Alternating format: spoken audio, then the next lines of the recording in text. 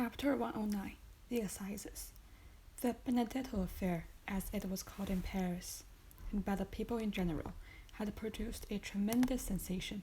Frequenting the Café de Paris, the Boulevard de Grande, and the Bois de Boulogne, during his brief 2 or 3 months of splendor, the false Cavalcanti had formed a host of acquaintances. The papers had related his various adventures, both as a man of fashion and the galley slave.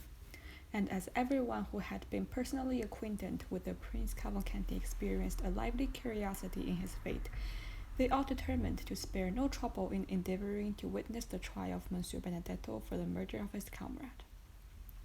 In the eyes of many, Benedetto appeared, if not a victim to, at least an instance of, the fallibility of the law. Monsieur Cavalcanti, his father, had been seen in Paris, and it was expected he would reappear to claim the illustrious outcast. Many who were not aware of this pretty comedy in which he had made his appearance at Monte Cristo's house were struck with the dignified appearance, the gentlemanly bearing, and the knowledge of the world displayed by the old patrician, who certainly played the nobleman very well, so long as he said nothing and made no arithmetical calculations. As for the accused himself, many remembered him as being so amiable, so handsome, and so liberal, that they chose to think him the victim of some conspiracy, since in this world large fortunes frequently excite the malevolence and jealousy of some unknown enemy. Every one, therefore, ran to the court, some to witness the sight, others to comment upon it. From 7 o'clock in the morning, a crowd was stationed at the iron gates, and an hour before the trial commenced, the hall was full of the privileged. Before the entrance of the magistrate, and indeed frequently afterward, a court of justice, on days when some special trial is to take place, resembles a drawing room, where many persons recognize each other and converse, if they can do so without losing their seats, and when they are separated by too great a number of spectators, lawyers, and gendarmes communicate by signs. It was one of those magnificent autumn days which make amends for a short summer.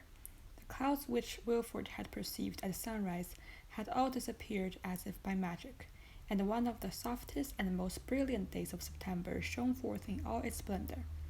Beauchamp, one of the kings of the press, and therefore having the throne everywhere, was looking around at every side. He perceived Chateau Renaud and Debray, who had just gained the good graces of a surgeon de ville, and who had persuaded the latter to let them stand before, instead of behind him, as he ought to have done. The worthy officer had recognized the minister's secretary and the millionaire, and by way of paying extra attention to his noble neighbors, promised to keep their places while they paid a visit to Beauchamp. "Well," said Beauchamp, "we shall see our friend." "Yes, indeed," replied Debray. "That worthy prince. Deuce take those Italian princes." A man, too, who could boast of Dante for a genealogist, and could reckon as far back as the Divina Commedia. "A nobility of the rope," said Chateau Renaud phlegmatically. "He will be condemned, will he not?" asked Debray of Beauchamp. "My dear fellow, I think we should ask you that question. You know such news as better than we do. Did you see the president at the minister's last night?" "Yes." "What did he say?" "Something which will surprise you." "Oh, make haste and tell me." "Then it is a long time since that happened." "Well, he told me that Benedetto, who was considered a serpent of subtlety, and a giant of cunning, is really but a very subordinate, silly rascal, and altogether unworthy of the experiments that will be made on his phrenological organs after his death." "Bah," said Beauchamp, "he played the prince very well." "Yes, for you who detest those unhappy princes, Beauchamp, and are always delighted to find fault with them, but not for me, who scent a gentleman by instinct, and who start an aristocratic family like a very bloodhound of heraldry." "Then you never believed in the principality?" "Yes, in the principality, but not in the prince." "Not so bad," said Beauchamp. "Still, I assure you, he passes very well with many people. I saw him at the ministers' houses." "Ah, yes," said Chateau Renaud. "The idea of thinking ministers understand anything about princes." There is something in what you have just said Beauchamp, laughing. The phrase is brief and striking. May I use it in my report? But, said Debray to Beauchamp, if I spoke to the president, you must have spoken with the procureur. It was an impossibility. For the last week, Monsieur de Villefort has secluded himself. It is natural enough, this strange chain of domestic afflictions, followed by the no less strange death of his daughter. Strange, what do you mean, Beauchamp? Oh, yes, do you play the ignorant, under the pretense that all this took place at the minister's? Said Beauchamp, placing his eyeglass in his eye, where he tried to make it remain. My dear sir, said Chateau Renaud, allow me to tell you what you do not understand at that maneuver with the eyeglass half so well as Debray. Give him a lesson, Debray. Stay, said Beauchamp. Surely I am not deceived. What is it? It is she. Whom do you mean? They said she had left. Mademoiselle Eugenie? Said Chateau Renaud. Has she returned? No, but her mother. Madame Danglars? Nonsense, impossible, said Chateau Renaud. Only 10 days after the flight of her daughter, and 3 days from the bankruptcy of her husband?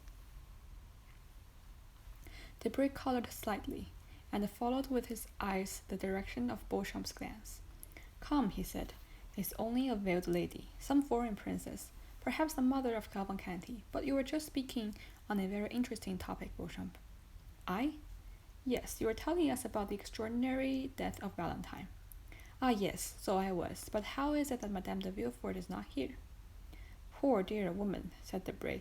She is no doubt occupied in distilling balm for the hospitals, or in making cosmetics for herself or friends. Do you know she spends 2 or 3,000 crowns a year in this amusement? But I wonder she's not here. I should have been pleased to see her, for I like her very much. And I hate her, said Chateau Renaud. Why? I don't know. Why do we love? Why do we hate? I detest her, for antipathy, or rather by instinct. Perhaps so, but to return to what you were saying, Beauchamp. Well, do you know why people die so thick in Monsieur de Villefort's house? Thick is good, said Chateau Renaud. My dear fellow, the word is found in Saint-Simon. But the thing is found at Monsieur de Villefort's. Let us return to the subject. Talking of that, said Debray, I've not lost sight of that house of mourning for 3 months, and only 2 days ago Madame was making inquiries about that house. Who is Madame? Said Chateau Renaud. The minister's wife, pardieu. Oh, your pardon, I never visit ministers. I leave that to the princess. Really, you were before only sparkling, but now you're brilliant. I take compassion on us, or, like Jupiter, you will burn us. I will not speak again, said Chateau Renaud. Pray have compassion upon me, and do not take up every word I say. Come, let's endeavor to hear the end of your story, Beauchamp. I told you that yesterday Madame made inquiries of me upon the subject. Enlighten me, and I will then communicate my information to her. Well, gentlemen, the reason people die so thick at Monsieur de Villefort's is that there is an assassin in the house. 2 young men shuddered, for the same idea had more than once occurred to them. And who is the assassin? They asked together. Young Edward. A burst of laughter from the auditors did not in the least disconcert the speaker, who continued, Yes, gentlemen, Edward, who is quite an adept in the art of killing. You're jesting. Not at all. I yesterday engaged a servant, who had just left Monsieur de Villefort's. I intend sending him away tomorrow, for he eats so enormously, to make up for the fast imposing upon him by his terror in that house. Well, listen to me. We're listening. It appears that the dear child has obtained possession of a bottle containing some drug, which he every now and then uses against those who have displeased him. First, Madame and Monsieur Saint-Méran incurred his displeasure, so he poured out 3 drops of his elixir. 3 drops were sufficient. Then followed bearers, the old servant of Monsieur Noirtier, who sometimes rebuffed this little wretch.